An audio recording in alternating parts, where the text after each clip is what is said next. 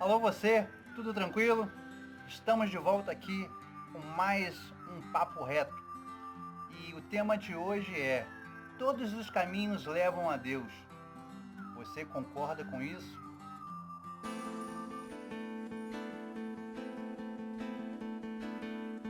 Todos os caminhos levam até Deus. Todos são iguais se a pessoa crê. É o pensamento de si, sapiência, pra satisfazer toda a consciência.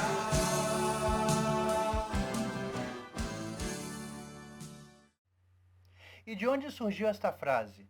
Todos os caminhos levam a Deus. Na verdade, a primeira frase era: todos os caminhos levam a Roma. Porque Roma era a capital do mundo e tinha poucas estradas, então todos levavam até Roma. Depois, com o passar do tempo, passou a ser: todos os caminhos levam à tenda. E hoje em dia, adaptando, né, o tempo foi passando e a frase surgiu dizendo: todos os caminhos levam a Deus. Mas será que todos os caminhos levam a Deus? Por sinal, não.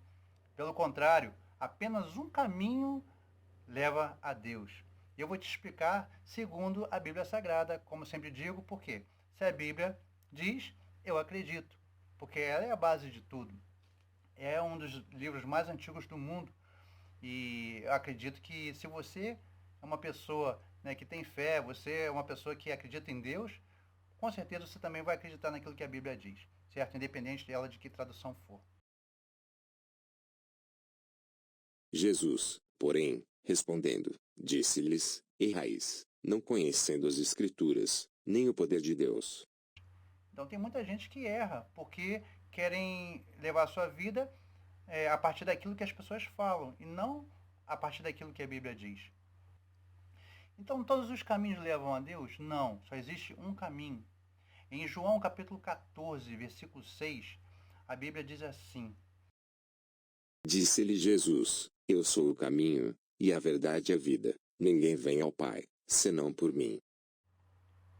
ou seja, ninguém vem ao Pai a não ser por mim, disse Jesus.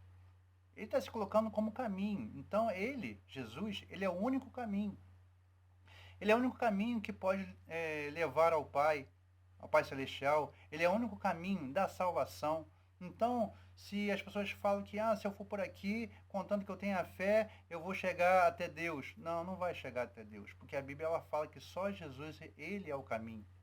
É certo que todos nós acabamos cometendo um erro aqui, um erro ali, e são coisas que nos separam realmente de Deus. Não tem como dizer que isso não me separa de Deus, porque separa. Porque se Deus ele é santo, ele quer que nós também sejamos santos como ele é. É lógico que nós nunca vamos chegar a ser santo como Deus é. A palavra santo significa ser separado. E para nós sermos separados, nós não podemos levar a nossa vida de acordo com o nosso bem entender, sabe, como a gente quer, fazendo de tudo. Na verdade, não existe um homem justo sequer.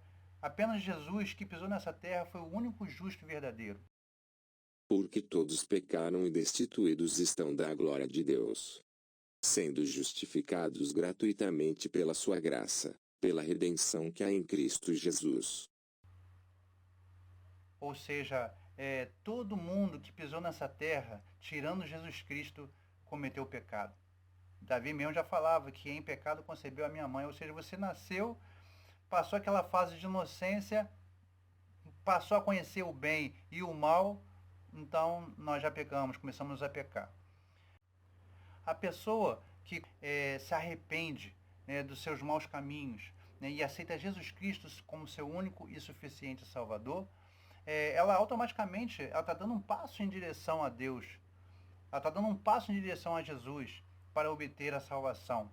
Só que ela vai cair no erro. Como eu caio no erro, você cai no erro, todo mundo, como diz a Bíblia, todos pecaram, né, e separados estão, né, despidos estão da glória de Deus.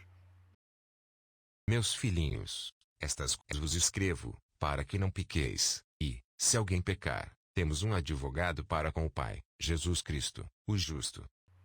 E onde entra aquela parte em que Jesus ele será o nosso advogado? Sim, ele será o nosso advogado, desde que você se aproxime dele, com coração sincero. Como eu falei, tem que haver arrependimento. Você não pode dizer que você é uma boa pessoa, não tem como, porque todos nós pecamos, todos nós erramos.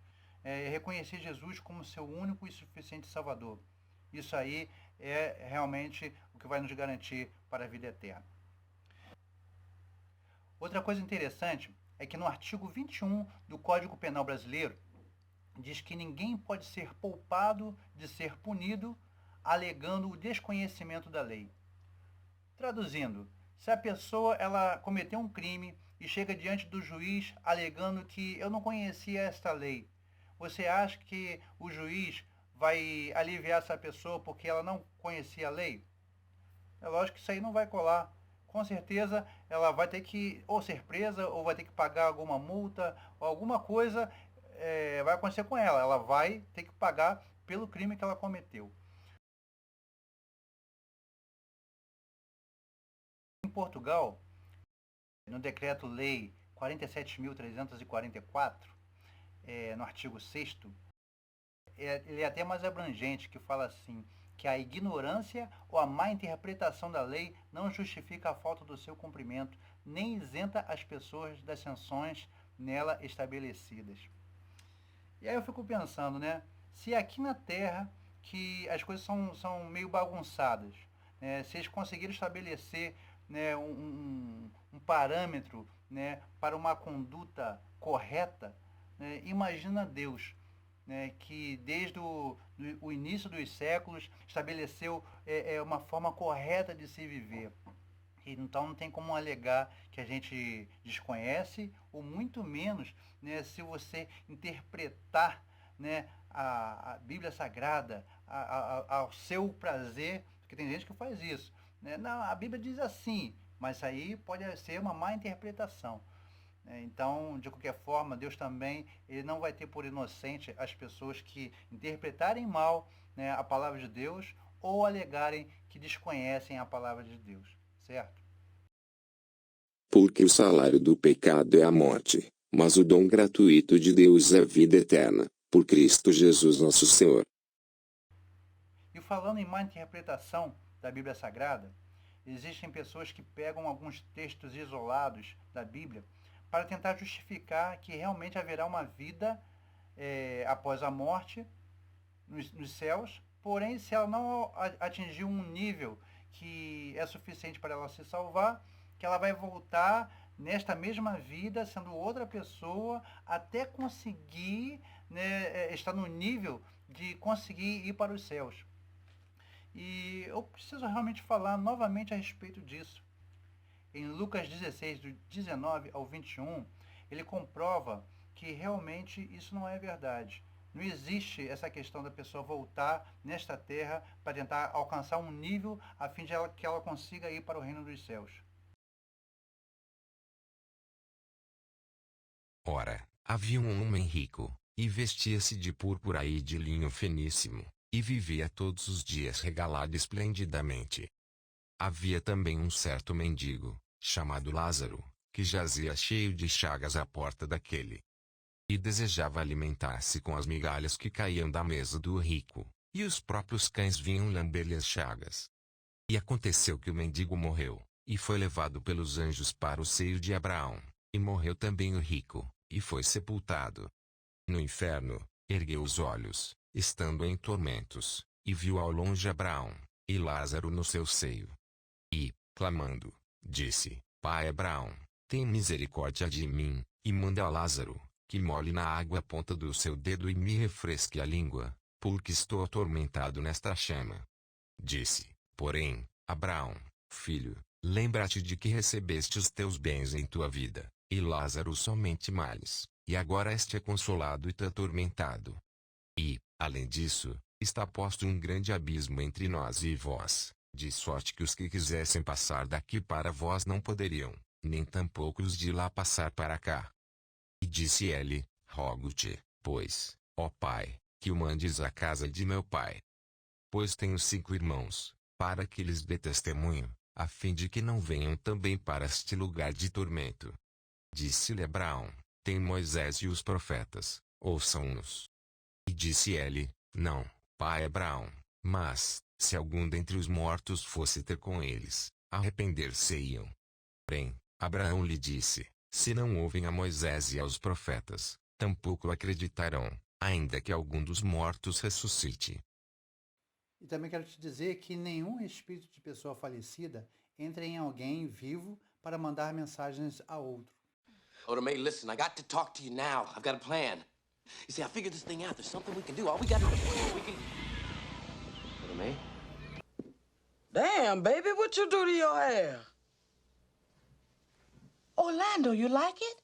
It's autumn sunrise. Get out of me, you son of a bitch! Don't you ever do that to me again? Orlando?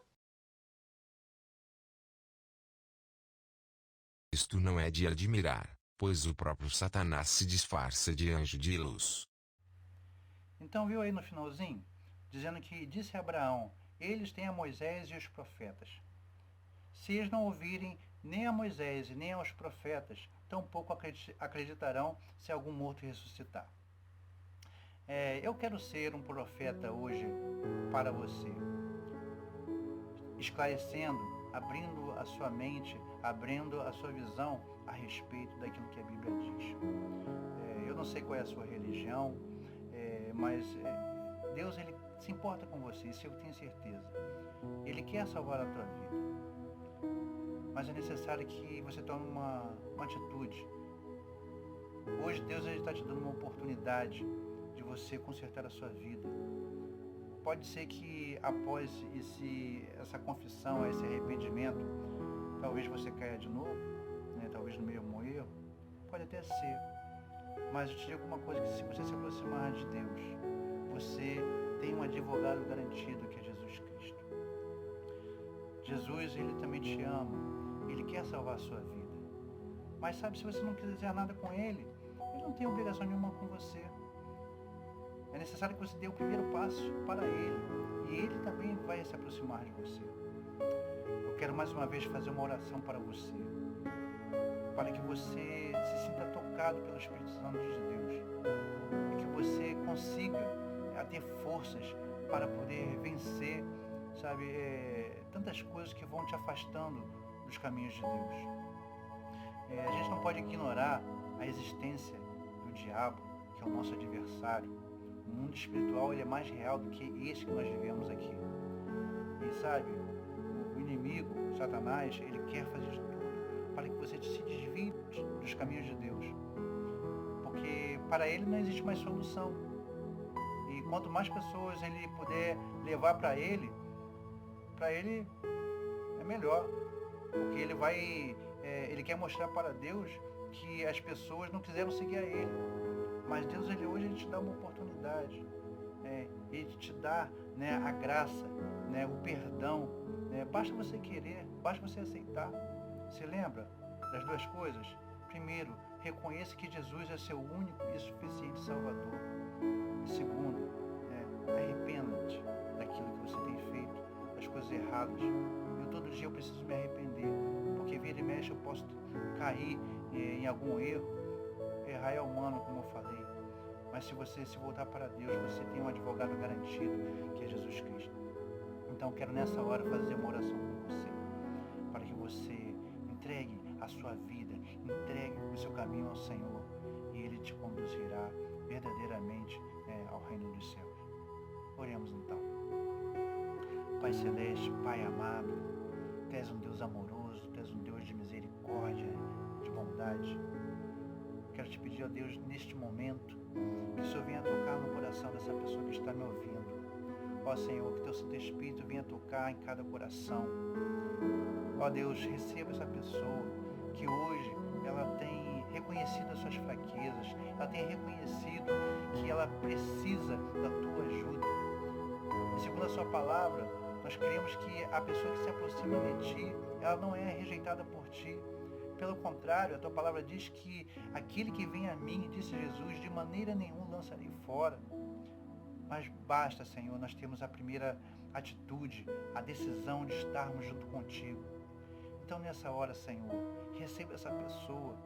Ó Deus, que essa pessoa ela venha aceitar o Senhor Jesus como seu único e suficiente Salvador. que ela venha reconhecer os seus erros, o seu estado de pecador.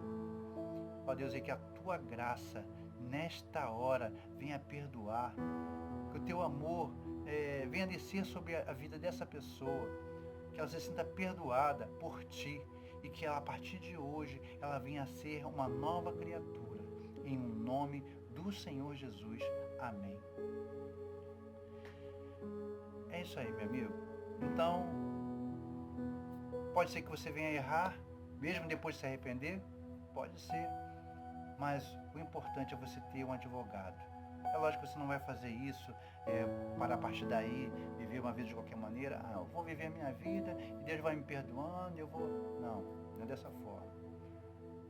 O erro, o pecado na vida daquele que já aceitou Jesus Cristo como seu único e suficiente Salvador, ele tem que partir mais como um acidente do que um pecado premeditado. Se você ainda não tem esse temor, se sinta tocado pelo Espírito Santo de Deus. Nós falaremos também de outros temas. Foram sugeridos falar sobre batismo com o Espírito Santo. Que negócio é esse? Que as pessoas falam em umas línguas diferentes dentro das igrejas, né? Eu vou explicar para você direitinho num próximo vídeo, ok? Que Deus abençoe a sua vida, em nome do Senhor Jesus. Um abraço.